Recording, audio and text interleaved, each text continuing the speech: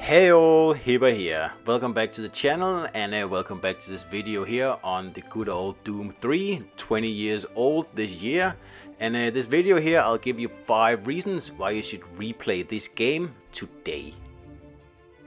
So the first reason you should replay or play this game for the first time is the immersive horror feeling you get from this game. Remember, this is 5 years before Dead Space made this sort of thing pretty much mainstream. The story in Doom 3 is really well crafted, and the way the game sets everything up is really quite masterful. Welcome to Mars. All new arrivals need to check in at reception. So traditionally when you think Doom games, you're thinking fast-paced action, and that is not the case with Doom 3. It is the odd one out of the whole Doom series, really, because like I said in the beginning, Doom 3 is actually survival horror. So I suspect that even modern classics like Dead Space looked a little bit over Doom 3's shoulder back in the day during development, perhaps, because there's actually a lot of aspects from Doom 3 that has been incorporated in more modern titles. And remember, again, this game is 20 years old this year. So if you've seen the Doom movie with The Rock, you will pretty much recognize the plot in Doom 3. It's very similar. And that's not to say that it's simple or stupid. It's actually quite good. And like I said, the way that encounters are set up and the game foreshadows stuff, pretty much very similar to Half-Life.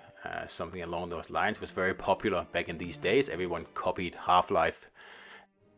So Doom 3 pulls this off very, very well, and the end result is a very tense and at times very scary game, actually, that still holds up really well today. And horror never goes out of fashion, right?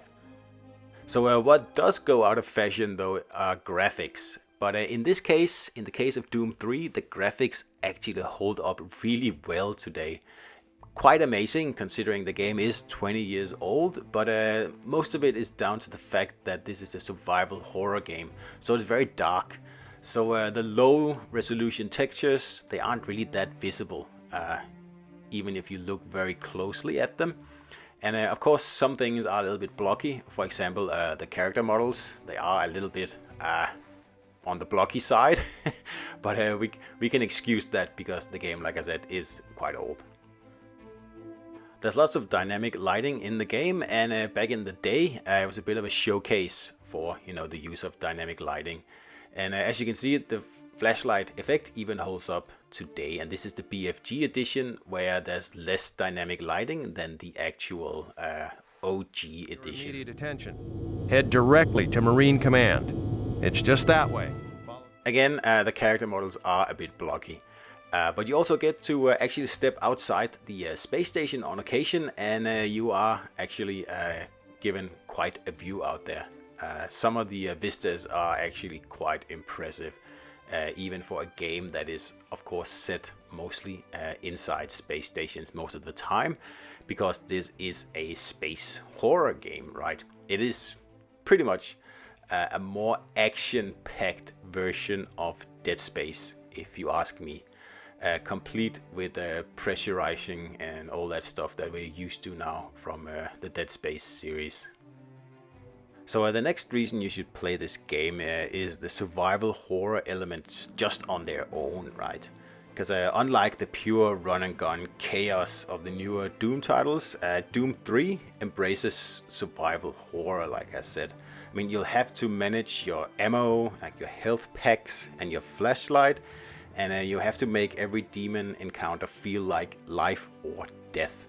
The challenge of keeping track of your resources adds, a level of strategic tension, not unlike the Resident Evil games, and it is setting it apart from, shooters before it and also shooters after Doom 3.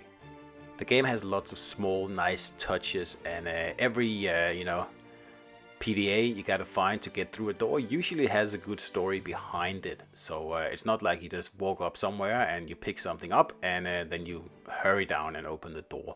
In Doom 3 there's actually a bit of a story behind everything, which is very nice.